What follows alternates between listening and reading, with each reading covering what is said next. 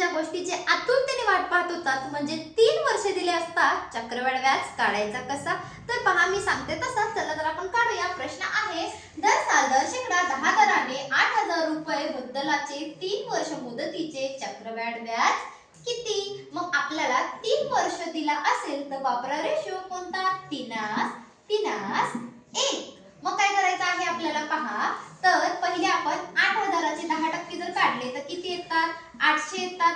800चे जर आपण 10% काढले तर किती येतात? 80 येतात. 80चे जर आपण 10% काढले तर किती येईल? 8 येईल. आले? मग आता काय करायचं पहा, ह्या दोघांचा करायचा गुणाकार. 8 त्रिक 24 आणि हे 2 शून्य, परत 8 त्रिक 24 आणि हे 1 शून्य आणि परत 8 एके 8. आता करा सगळ्यांची काय तर बेरीज. आता हे 8, हे 4, 4 आणि 2 6 आणि हे 2. आता काय झालं पहा, 2748. तुम्हाला कुठे दिसतंय सांगा? तर पहा ऑप्शन नंबर 3 हे तुमचं आन्सर.